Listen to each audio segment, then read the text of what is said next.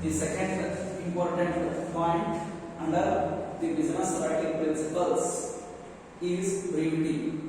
Brevity is nothing but short or brief.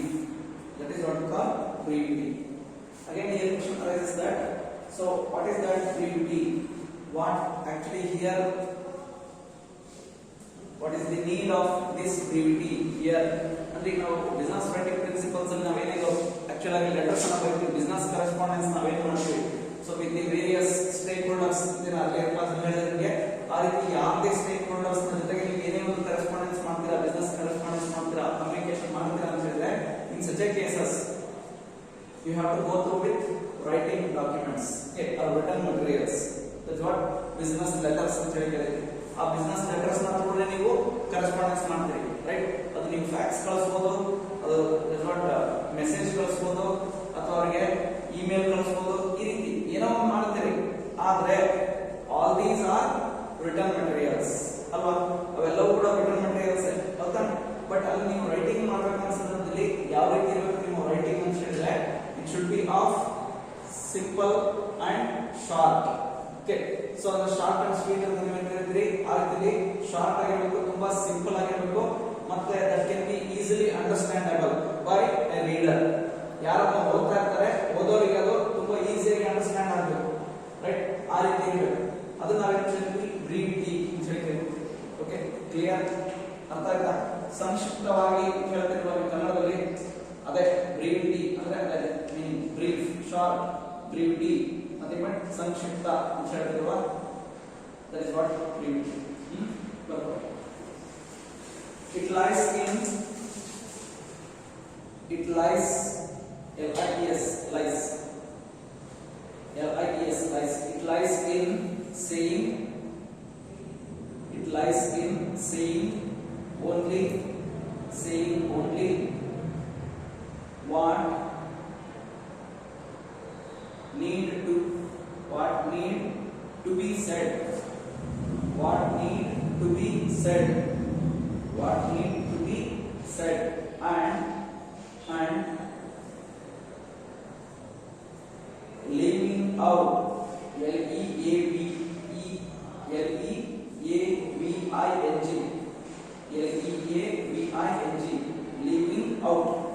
leaving out unnecessary words, leaving out unnecessary words.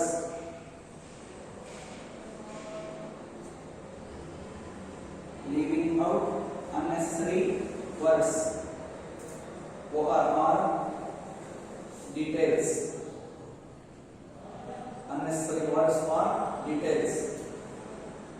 unnecessary words for details, full stop.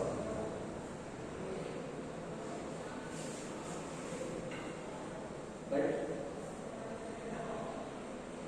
What actually they are stating is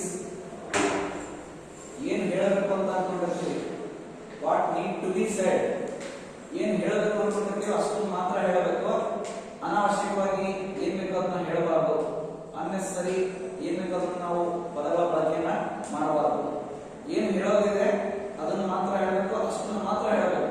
okay, so that's what, ಅದನ್ನ ಹೊರತುಪಡಿಸಿ ಮತ್ತೆ ಬೇರೆ ಬೇರೆ ಏನು ಕೂಡ ಅಲ್ಲಿ ಅನಾವಶ್ಯಕವಾಗಿರ್ತಕ್ಕಂಥ ಪದಗಳ ಬಳಕೆ ಮಾಡೋದಾಗಿರ್ಬೋದು, ಅಥವಾ ಅನಾವಶ್ಯಕವಾಗಿರ್ತಕ್ಕಂಥದ್ದನ್ನ ಹೇಳೋದು ಕೇಳೋದಾಗಿರ್ಬೋದು, ಯಾವುದನ್ನು ಮಾಡಬಾರ್ದು. Okay, so that's what example ಹೇಳ್ತೀನಿ ನಿಮಗೆ. ಬಿಸಿನೆಸ್ ಲೆಟರ್ಸ್ ನಾವು ಬರೀತೀವಿ ಅಥವಾ ಬಿಸಿನೆಸ್ ಕರೆಸ್ಪಾಂಡೆನ್ಸ್ ನಾವು ಮಾಡ್ತೀವಿ. ಅದು ಮಾಡ್ಬೇಕು ಅಂತ ಹೇಳಿದ್ರೆ ನಾವು ಅಲ್ಲಿ ಏನು ಮ್ಯಾಟರ್ ಇರುತ್ತೆ ಅದ್ರ ಬಗ್ಗೆ ಮಾತ್ರ ಅದರಲ್ಲಿ ಡ್ರಾಫ್ಟ್ ಇರಬೇಕು. ಓಕೆ, ನಾವೇನು ಬರೀತೀವಿ ಆ ಬರವಣಿಗೆಯಲ್ಲಿ ಏನು ಅವಶ್ಯಕತೆ ಇದೆ, ಯಾವುದ್ರ ಬಗ್ಗೆ ನಾವು ಹೇಳಬೇಕಾಗಿದೆ, ಕೇಳಬೇಕಾಗಿದೆ, ಅದ್ರ ಬಗ್ಗೆ ಮಾತ್ರ ಅಲ್ಲಿ ನಾವು ಹೇಳಬೇಕು. ಓಕೆ, ಸೊ ಬಟ್ ಅದನ್ನ ಹೊರತುಪಡಿಸಿ ನಾವು ಅದರಲ್ಲಿ ಯೋಗಕ್ಷೇಮ ವಿಚಾರದ ಬಗ್ಗೆ ಆಗಿರ್ಬೋದು, ಅಥವಾ ಕೆಲವೊಂದು ಕ್ಯಾಶುವಲ್ ಟಾಕ್ಸ್ ಅಂತ ಕರಿತೀವಲ್ಲ, ಕ್ಯಾಶುವಲ್ ಟಾಕ್ಸ್ ಈಗ ಯೂಶಲಿ ಯಾರಾದ್ರೂ ನಿಮಗೆ ಸಿಗ್ತಾರೆ, ಸೊ ಸಿಕ್ಕಾಗ ನೀವೇನ್ ಮಾಡ್ತೀವಿ, ಸಡನ್ ಆಗಿ ಆರಾಮಿದ್ದೀರಾ ಅಂತ ಕೇಳ್ತೀವಿ, ಹೌದಲ್ವಾ? ಹೌದಾ? ಕರೆಕ್ಟ್ ಮಾಡ್ತಾ ಇರೋದು, ರೈಟ್? ಸೊ ಮತ್ತೆ ಇನ್ನೂ ಮುಂದುವರೆದು ಮಾತಾಡಬೇಕು ಅನ್ನೋದಾದ್ರೆ ಟೈಮಿಂಗ್, ಯಾವ ಟೈಮಿಂಗ್ಸ್ ಇರುತ್ತೆ ನೋಡ್ಕೊಂಡು ಏನ್ ಮಾಡ್ತೀರಾ, ತಿಂಡಿ ಆಯ್ತಾ, ಊಟ ಆಯ್ತಾ, ಕಾಫಿ ಆಯ್ತಾ, ಲೈಕ್ ಕೇಳ್ತೀವಿ ಅಲ್ವಾ? ಮೊದಲನೇದು ಆರಾಮಿದ್ದೀರಾ ಅಂತ ಕೇಳ್ತೀರಿ, ಎರಡನೇದು ಊಟ ತಿಂಡಿ ಬಗ್ಗೆ ವಿಚಾರ ಇದನ್ನ ನಾವು ಹೇಳ್ತಾ ಇರೋದೇನೋ ಇಲ್ಲಿ ಈಗ ನಾವೇನ್ ಮಾತಾಡ್ತಾ ಇದ್ದೀವಿ ಅಲ್ಲಿ ಈ ಕೆಲವೊಂದು ಕ್ಯಾಶುವಲ್ ಟಾಕ್ಸ್ ಅಂತ ಏನ್ ಹೇಳ್ತೀವಲ್ಲ ಇದು ಅನ್ನೆಸೆಸರಿ ಆಗಿ ಇವುಗಳ ಅವಶ್ಯಕತೆ ಇಲ್ಲ ಅಲ್ಲಿ.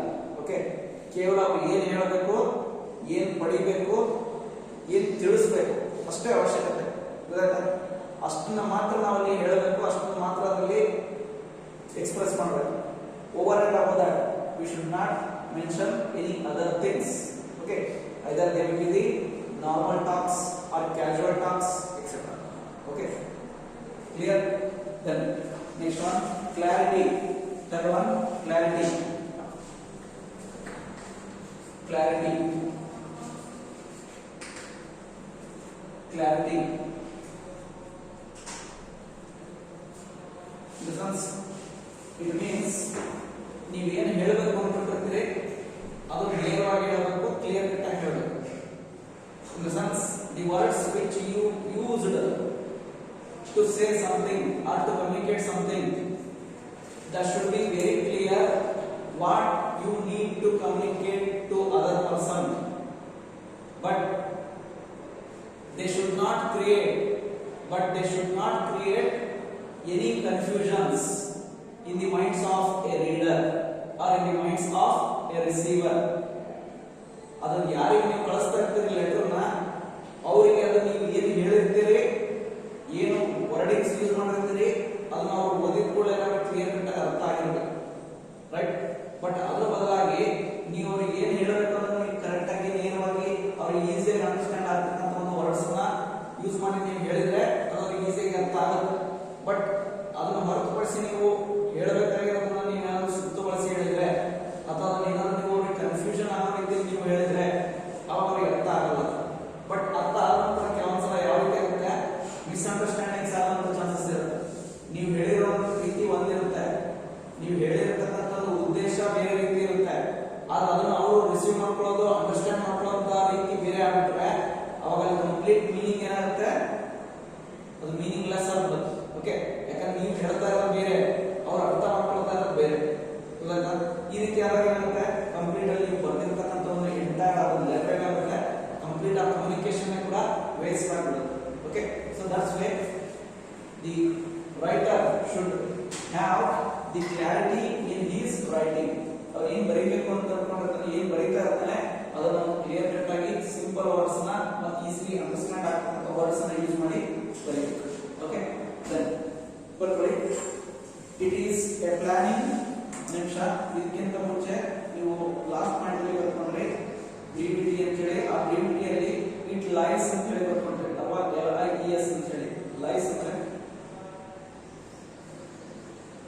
ಇರುವಿಕೆ ಅಂತ ಹೇಳ್ತೀವಿ, ಗೊತ್ತಾ? ಇರುವಿಕೆ ಅಂತ ಹೇಳಿ ಅಂದ್ರೆ ಈಗ ನೀವೇ ಬರ್ಕೊಡ್ರಿ ಬ್ರೀವಿಟಿ ಅಂತ ಹೇಳಿ ಬರ್ಕೊಂಡ್ರಿ ಅಲ್ವಾ? ಸೊ ಇದು ಬ್ರೀವಿಟಿ ಅನ್ನೋದು ಎಲ್ಲಿರುತ್ತೆ ಅದಕ್ಕೆ ರಿಲೇಟೆಡ್ ಆಗಿ ಹೇಳ್ತಾರೆ.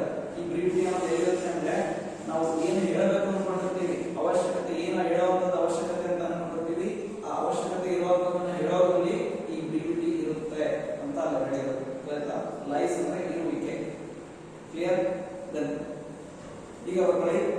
It is A planning. It is a planning,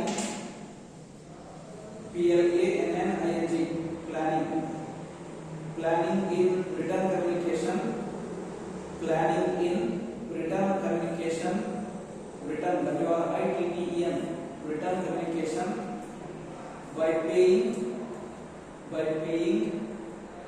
special attention. By paying special attention. ATTENTION, by paying special attention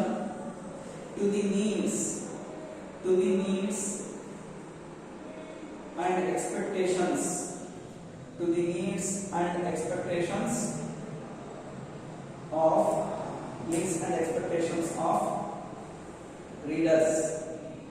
needs and expectations, of readers. Full stop. Right? ಇದು ಒಂದು ರೀತಿ ಪ್ಲಾನಿಂಗ್ ಅಂತ ಹೇಳ್ತಾರೆ. ಯಾವ್ದು related planning? Return communication related ಆಗಿರೋ planning ಅಂತ ಹೇಳ್ತೀವಿ. ಅಂದ್ರೆ ಏನು ಪ್ಲಾನಿಂಗು? ಇಲ್ಲಿ ಆ ರಿಟರ್ನ್ ಕಮ್ಯುನಿಕೇಶನ್ ನಾವು ಏನು ಮಾಡಬೇಕು ಅಂತ ಅನ್ಕೊಂಡಿರ್ತೀವಿ ಅದಕ್ಕೆ ರಿಲೇಟೆಡ್ ಆಗಿರೋ ಪ್ಲಾನಿಂಗ್ ಅಂತ ಹೇಳ್ತೀವಿ. ಮತ್ತೆ ಅದು ಕೂಡ ಏನು ಯಾವ ರೀತಿ ಪ್ಲಾನಿಂಗ್ ಅಂತ ಹೇಳಿದ್ರೆ so by paying A special attention ಅಂದ್ರೆ ಇಲ್ಲಿ ವಿಶೇಷ ಕಾಳಜಿಯನ್ನು ವಹಿಸಿ ನಾವು ಲೆಟರ್ ನ ಡ್ರಾಫ್ಟ್ ಮಾಡಬೇಕು. ಅದು ಯಾಕೆ ವಿಶೇಷ ಕಾಳಜಿ ಯಾಕೆ ಬೇಕು, ಯಾವುದಕ್ಕೆ ರಿಲೇಟೆಡ್ ಆಗಿ ವಿಶೇಷ ಕಾಳಜಿ ಬೇಕು ಅಂತ ಹೇಳಿದ್ರೆ ರೀಡರ್ ಅಂತ ನೀವು ಬರ್ಕೊಂಡ್ರೆ ಅವ್ರನ್ನ ನಾವು ಇನ್ನೊಂದು ರೀತಿ ಹೇಳ್ತೀವಿ ರಿಸೀವರ್ ಅಂತ ಹೇಳಿ. ಓಕೆ, ರಿಸೀವರ್ ಅಂತ ಹೇಳಿ ಲೆಸನ್ಸ್ ಜಯದೇವ್ ಅವರ ಮನೋಹರ್ ಅಲ್ವಾ, ರೈಟ್. ಸೊ ಈಗ ಜಯದೇವ್ ಏನ್ ಮಾಡ್ತಾ ಇದಾರೆ, ಲೆಟರ್ ನ ಬರೀತಾ ಇದಾರೆ, ಮನೋಹರ್ ಅವರಿಗೆ ಲೆಟರ್ ಬರೀತಾ ಇದಾರೆ, ರೈಟ್. ಸೊ ಈಗ ಅವ್ರು ಮನೋಹರ್ ಅವರಿಗೆ ಲೆಟರ್ ಬರೀತಾ ಇದಾರೆ ಅಂತ ಹೇಳಿದ್ರೆ ಮನೋಹರ್ ಅವರ ಒಂದು ಸ್ಕಿಲ್ಸ್ ಏನು, ಅವರ ಎಬಿಲಿಟಿ ಏನು ಅನ್ನೋದನ್ನ ಅರ್ಥ ಮಾಡಿಕೊಂಡು ಜಯದೇವ್ ಅವರು ಏನ್ ಮಾಡಬೇಕು, ಅವರಿಗೆ ಒಂದು ಲೆಟರ್ ನ ಬರೀಬೇಕು. ಅವರಿಗೆ ಲೆಟರ್ ನ ಬರೀಬೇಕಂತ ಸಂದರ್ಭದಲ್ಲಿ ಅವರ ಒಂದು ಸ್ಕಿಲ್ಸ್ ಏನಿದೆ ಆ ಸ್ಕಿಲ್ಸ್ ಗೆ ರಿಲೇಟೆಡ್ ಆಗಿ ಇವರು ಆ ಲೆಟರ್ ಅಲ್ಲಿ ವರ್ಡ್ಸ್ ಅನ್ನ ಯೂಸ್ ಮಾಡಬೇಕು. ಓಕೆ, ಇನ್ ದ ಸೆನ್ಸ್ ಇವರು ಯಾವುದೇ ರೀತಿಯಲ್ಲಿ ಅವರು